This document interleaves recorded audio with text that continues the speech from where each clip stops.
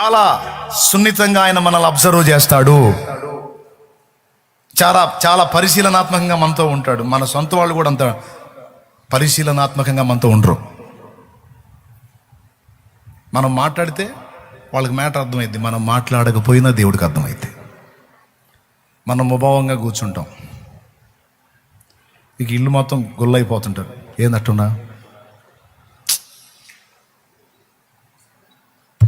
ఏందట్టున్నావు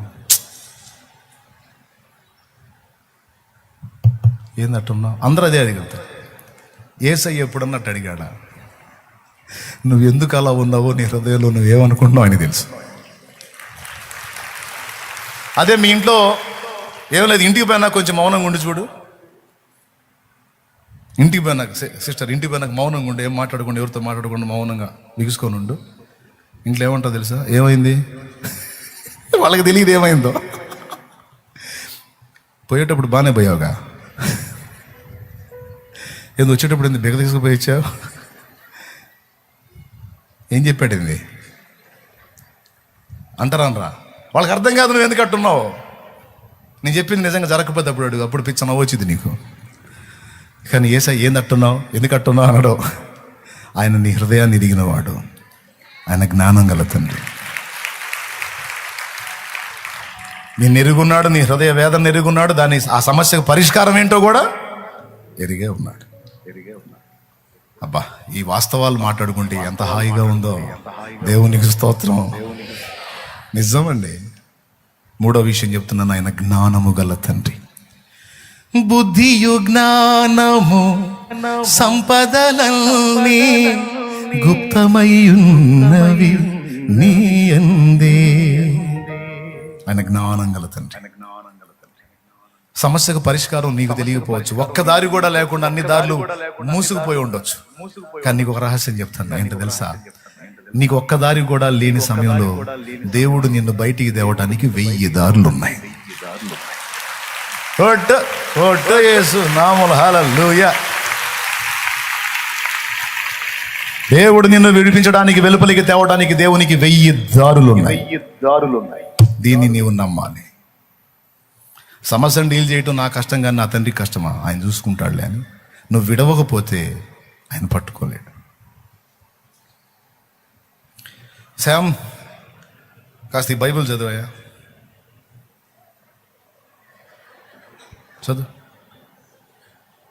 చదువయ్యా, చదువు. చూస్తాడేందండి చదవడు. చదువు. ఇట్టుంటే మన ప్రార్థన, ప్రభా నీకే అప్పచెబుతున్నా తండ్రి, ఇక నా అన్న చెప్పాడు ఇవ్వాలి, నేను అసలు ప్రభా స్తోత్రం, ఇక హల్లెలూయా అంతే, ఇక అప్పచెబుతున్నా ప్రభా, యేసునామములో అడుగుతున్నావు తండ్రి, ఆమేన్. ఊరి నువ్వు అప్పచెప్తానంటివి, ఆ కాసేపు చేతికి మళ్ళీ నువ్వే లాక్కుంటుంటివి. నువ్వు వదిలితే కదండి. ఇప్పుడు నేను వదిలాను, అదిగో పట్టుకున్నాడు లేదా? దేవుడు చేతికి పట్టుకోవాలంటే వదలాలి. ఇక్కడ విశ్వాసం పనిచేయాలి.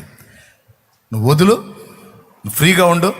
విశ్వాసం గలదానిపై నువ్వు ధైర్యంగా, నిబ్బరంగా, విశ్వాసం గలవాడే నిబ్బరంగా, ధైర్యంగా, సంతోషంగా ఉండు. ఆయన ఎంటర్ అవ్వకపోతే అప్పుడు అడుగు సీన్లోకి. అప్పుడు చూడు, నువ్వు నేను చెప్పింది నిజమో కాదు చూడు. మైండ్ పోయిద్ది నీకంతే. అది ఎలా డీల్ అయిద్దో నువ్వే చూడు.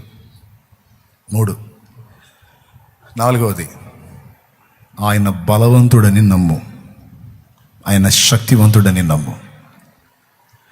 నువ్వు 4 నమ్మాలి. నంబర్ 1, దేవుడు ఉన్నవాడని నమ్మాలి. నంబర్ 2, ఆయన నిన్ను పిచ్చిగా ప్రేమించువాడని నమ్మాలి. నంబర్ 3, ఆయన జ్ఞానము గలవాడు, దేన్నైనా డీల్ చేయగలవాడు, మంచి ఐడియాలజీ నీకు ఇవ్వగలవాడని నమ్మాలి. 4వది, ఏ స్థితి నుంచి అయినా నిన్ను విడిపించగల బలవంతుడని నమ్మాలి. ఆయనకు మించిన శక్తి ఏది లేదని నువ్వు నమ్మాలి. కొంతమంది దేవుని బలాన్ని తక్కువ అంచనా వేస్తారు. ఏంటి దేవుడు ఏమర్థమయ్యండి? పుడిసిటిలోన జలములను కొలిచిన వాడితడు, పర్వతములను త్రాసులో తూచిన వాడితడు. పుడిసిటిలోన జలములను కొలిచిన వాడితడు, పర్వతములను త్రాసులో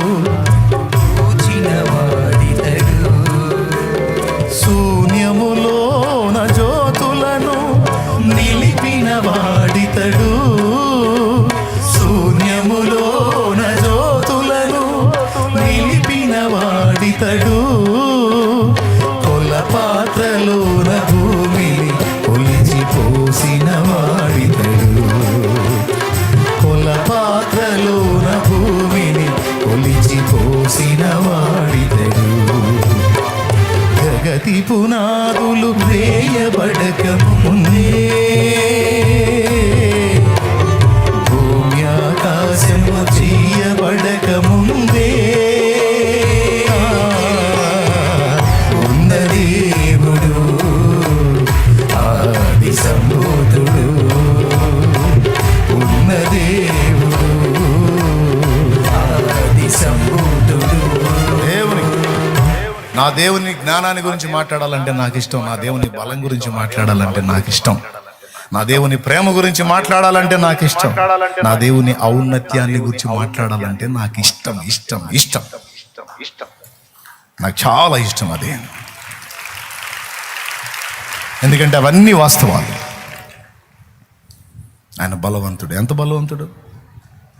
తీసుకెళ్ళి శద్రకు మేషకు అబేద్నెగోలను అగ్నిలో వేస్తే విసిరినోళ్ళు చచ్చారు, వేసినోళ్ళు బాగానే ఉన్నారు. లోపల వేయబడ్డోళ్ళు, విసరబడ్డోళ్ళు అగ్నిలో బాగానే ఉన్నారు. బయట ఉండి విసిరినోళ్ళకి అగ్ని సెగలు, జస్ట్ అగ్ని కీలలు తగిలి అక్కడే తెచ్చారు.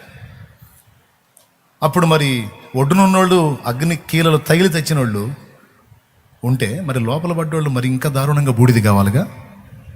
కానీ లోపల పడ్డ ముగ్గురు ఏం కాలేదు. బైబిల్లో ఏం రాసింది తెలుసా? వారి వస్త్రములు కూడా కాలలేదు, వారి వెంట్రుకలో ఒకటైనను కాలలేదు. అన్నిటిని దహించినది అగ్ని బలమైతే అగ్ని బలమును కూడా కట్టడి చేయగల బలము నా దేవుడిది. అగ్ని ఏడంతలై వదిలే పాడాలా? మీరే పాడమంటారా? అగ్ని ఏడంతలై మండుచుండినను, అగ్ని ఏడంతలై మండుచుండినను, అగ్ని జ్వాలలు కాల్చలేదులే నీ ప్రియుల దేహాలను.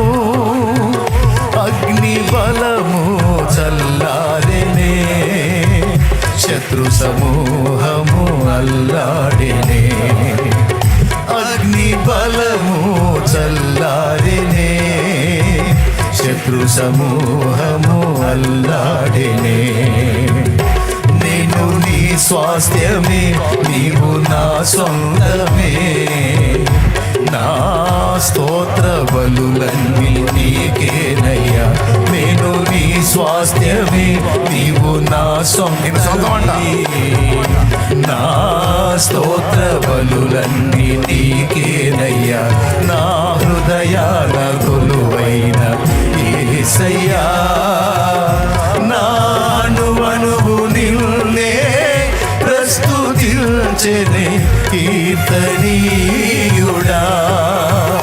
నా హృదయార్పణతో ప్రణమిల్లెదని నీ సన్నిధిలో పూజార్హుడా. నా హృదయార్పణతో ప్రణమిల్లెదని నీ సన్నిధిలో పూజార్హుడా. నా హృదయాన కొలువైన యేసయ్యా.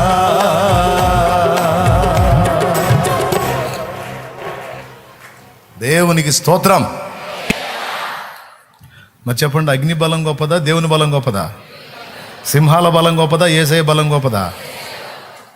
అగ్నిలో వేసారా, వేసిన వాళ్ళు ముగ్గురే, తర్వాత నలుగురు కనపడుతున్నారు. ఈ ఒడ్డున ఉన్నాడు అంటాడు, ఒరే మనం వేసింది ఎంతమంది అంటాడు రాజు.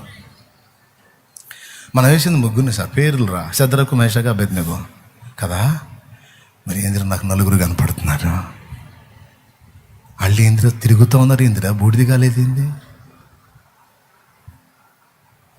వాళ్ళ దేవుడు వాళ్ళకి సపోర్ట్ ఉన్నాడు సార్. అవునా? అనవసరంగా ఆయనతో పెట్టుకున్నట్టున్నాం. ఇప్పుడు వేరే మార్గం లేదు, మర్యాదగా వాళ్ళని ఆహ్వానించండి సార్, అంతే.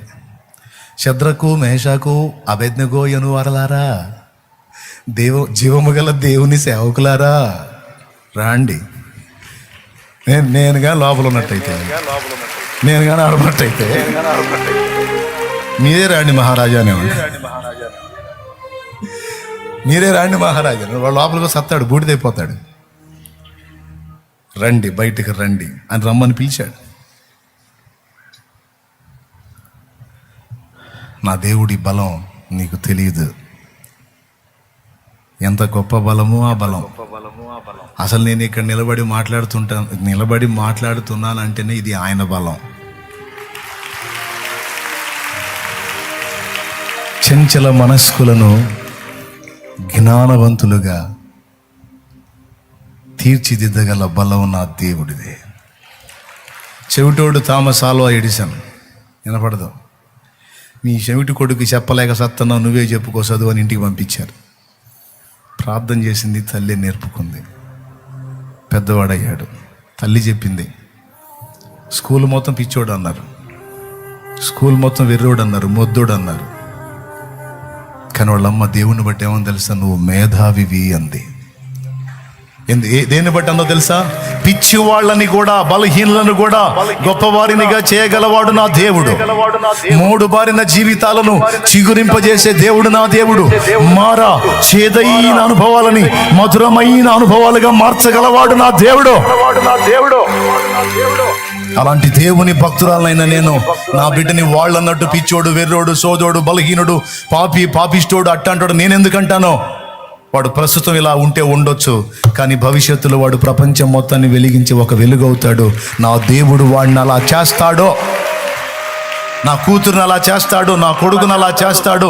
నా పిల్లల్ని ప్రయోజకులుగా నేను చేయలేకపోవచ్చు, నా దేవుని చేతికి వాళ్ళని అప్పచెప్పాను. వాళ్ళని నా దేవుడు అలా తీర్చిదిద్దుతాడో. అందుకు ఆయన బలవంతుడు, జ్ఞానవంతుడు, శక్తివంతుడు. ఆయన కృప చూపుటకు ఐశ్వర్యవంతుడు చేస్తాడు. థామస్ ఆల్వా ఎడిసన్ తల్లి ఆశ నెరవేరిందా లేదా? ఈరోజు మనం ఇంటికి పోయి బల్బు వేసుకొని లైట్ వేసుకొని కూర్చుంటామంటే అది ఎవరు కనిపెట్టారో తెలుసా? ఆ బల్బు ఆమె కొడుకే కనిపెట్టాడు. ఆ పిచ్చోడు, ఆ వెర్రోడు, ఆ మొద్దోడో, ఆ చెవిటోడో అని స్కూల్లో అందరు ఎగతాళి చేసి పంపినటువంటి ఆ చిన్నవాడే పెరిగి పెద్దవాడై తల్లి చెప్పిన ఆలోచన ప్రకారం ప్రపంచ మేధావుల్లో ఒకడయ్యాడు. ఈరోజు లోకం మొత్తాన్ని వెలిగించే బల్బుని కనుగొన్న శాస్త్రవేత్త థామస్ ఆల్వా ఎడిసన్. మీకు తెలుసా, చాలా కాలం ఆయన జీవితాంతం పరిశుద్ధ గ్రంథాన్ని చేతిలో పట్టుకొని తిరిగాడు. ఆయన వాక్యాన్ని చేతిలో పట్టుకొని తిరిగాడు. ఆయన రైల్లో ప్రయాణం చేసిన, ఎటు ప్రయాణం చేసిన బైబిల్ ఉంటుంది చేతిలో. నా పిల్లోడు మొద్దోడు, నా పిల్ల పిచ్చిది, వాళ్ళ జీవితాలు ఏంటో అని కొంతమంది తల్లిదండ్రులు ఏం ఏడిసినా ఏడుతారు. పిచ్చి మొహం, నువ్వు వాళ్ళని బ్యాలెన్స్ చేయలేవు, నువ్వు వాళ్ళని సాధు చేయలేవు. దేవుడు కూడా చేయలేడా? దేవుని చేతికి అప్పచెప్పు, మోకాళ్ళు నేను వదిలేసా తండ్రి, వాళ్ళ గురించి ఆలోచించను, దిగుర్లు పడిన, విచారపడిన, నేను ఆలోచించను, నువ్వే చూసుకో నాన్న, నీ చేతికి అప్పగిస్తున్నా. నువ్వైతే నేను నీ పనిలో బిజీ అవుతా. నేను నీ రాజ్యమును, నీతిని వెతుకుటలో బిజీ అవుతా. నీ నామమును మహిమపరచుటలో, నీ రాజ్యమును నిర్మించుటలో, నీ చిత్తమును నెరవేర్చుటలో, నీ అధికారమును వ్యాపింపజేయుటలో, నిన్ను మహిమపరచుటలో నేను మనసు నిలుపుతా. ఇది మన డైలాగ్. స్తోత్రం. ఎంతమందికి అర్థమైంది? మిగిలిన ఏం చేయాలి? నాన్నకే అప్పచెప్పాలి. మరి మనం ఏం చేయాలి?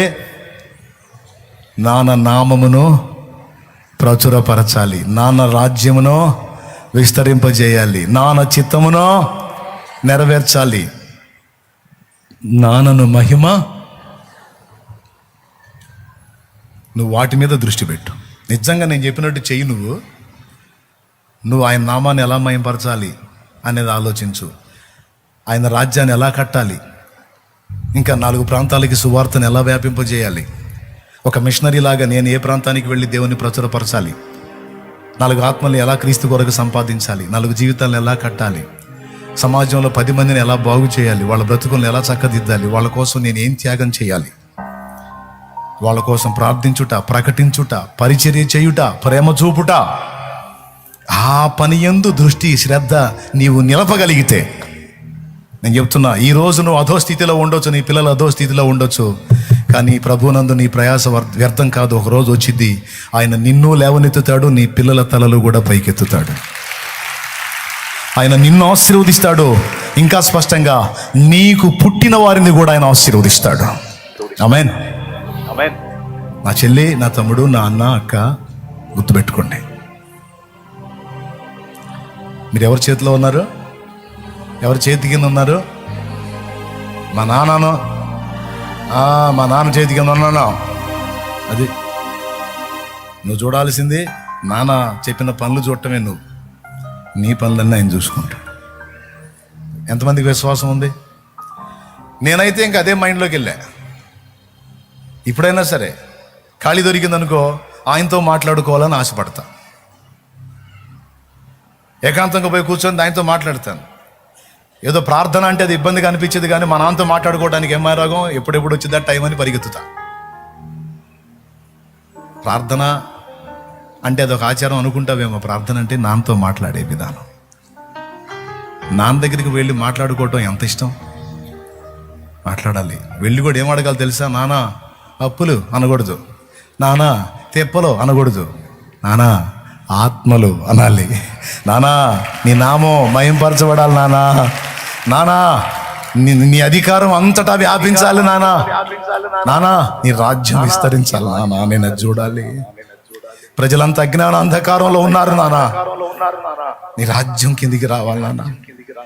నేను ఎలాగైతే ఫ్రీగా స్వేచ్ఛగా నిన్ను సేవించుకుంటున్నానో, పాపం చాలా మంది బిడ్డలకి ఇది తెలియదు నాన్న. నీ ప్రేమ తెలియదు నాన్న, నీ త్యాగం తెలియదు నాన్న.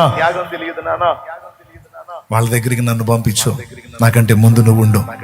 వాళ్ళని దర్శించు నాన్న, ప్రజల్ని దర్శించు నాన్న. నీ పిల్లలు నాన్న, నీ నామం మహింపరచబడాలి నాన్న, నీ రాజ్యం విస్తరించాలి నాన్న. నానా నీ చిత్తం భూమి మీద నెరవేరాలి నాన్న, నా బ్రతుకులో నెరవేరాలి.